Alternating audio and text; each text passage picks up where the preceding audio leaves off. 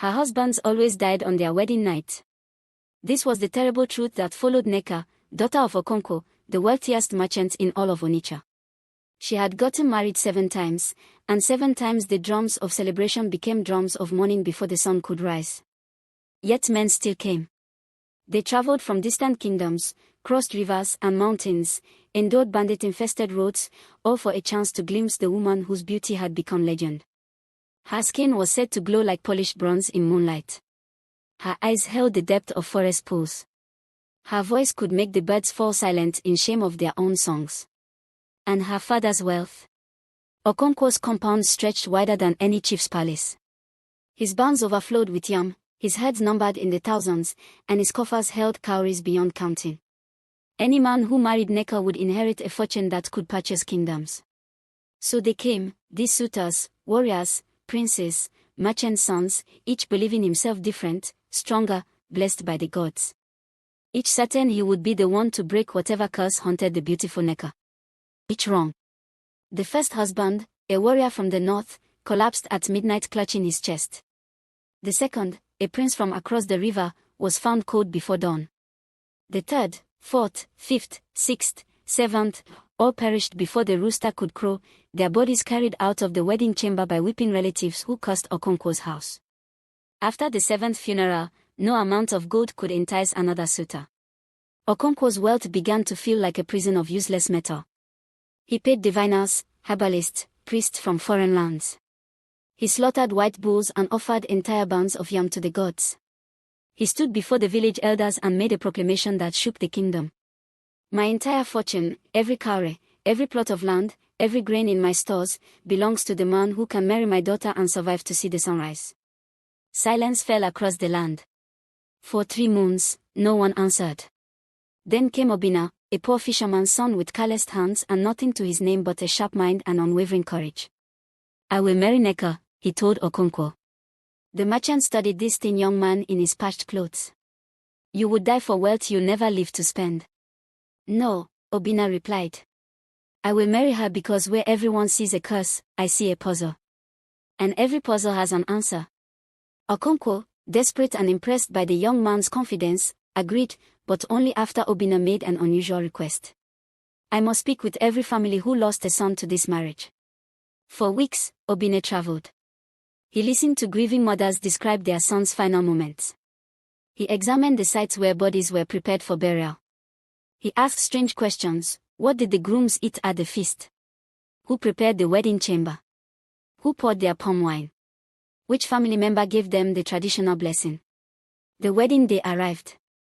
The village gathered, morbid curiosity drawing even those who had sworn never to attend another of Nneka's doomed ceremonies.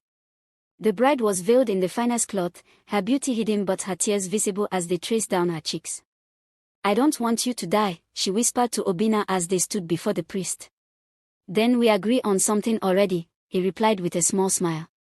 The feast was magnificent. Okonkwo had spared no expense, perhaps hoping abundance might appease whatever angry spirits haunted his lineage. As night fell and the drums quieted, the guests departed with backward glances, already composing funeral songs in their minds. Nneka led Obinna to their chamber, a room perfumed with flowers, draped in cloth worth a king's ransom, lit by oil lamps that cast dancing shadows on walls.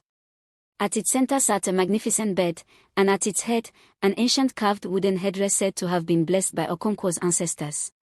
Obinna stopped at the threshold. Forgive me, my wife, he said, loud enough for the servants lingering in the corridor to hear. I am a simple fisherman's son. This room is too grand for my spirit. My ancestors were humble people, they would be angry if I slept in such luxury on my first night as a husband. Might we sleep instead in the servants' quarters? Just for tonight, to honor my family's memory. Nneka stared at him, confusion and hope warring in her expression. Then, fearing for his life and touched by his humility, she quickly agreed. They spent the night in a small, bare room with thin mats and no decoration. Obinna lay down but slept with one eye open, a knife beneath his mat, listening to every sound in the compound. When dawn broke and the first rooster crowed, Obinna rose and stretched. He was alive. The compound erupted. Servants ran through the halls shouting the miracle. Villagers who had gathered outside the gates, expecting to hear death wails, instead heard ululations of joy. The curse was broken. The gods had finally shown mercy. But when the celebration reached its peak, Obinna raised his hand for silence. "The curse is not broken," he said, his voice cutting through the noise. "Bring me Okonkwo. And bring me his most trusted servant, Nkem, the man who has prepared every wedding chamber for the past 20 years. A chill settled over the crowd. When Okonkwo and Nkem stood before him, Obinna walked to the grand wedding chamber.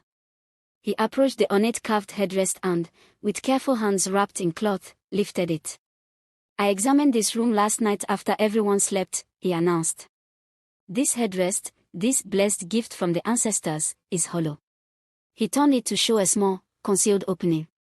It is packed with powder made from death-cap mushrooms. When a person's head rests upon it for hours, their body heat releases fumes. Slow, invisible, odorless. By morning, the heart simply stops. Gasps echoed through the chamber. Neka's hand flew to her mouth. "But this was no curse from the gods," Obinna continued, his eyes fixed on Nkem. "This was murder. Someone placed this here deliberately, knowing it would kill. Someone who prepared each wedding chamber, who positioned this headrest just so, who made sure every husband would use it." He stepped toward the servant. "7 men you murdered, Nkem. Why?" For a long moment, Nkem's face remained a mask. Then it cracked, and 20 years of buried hatred poured forth like poison from a lanced wound. "Because Okonkwo is a thief and a murderer."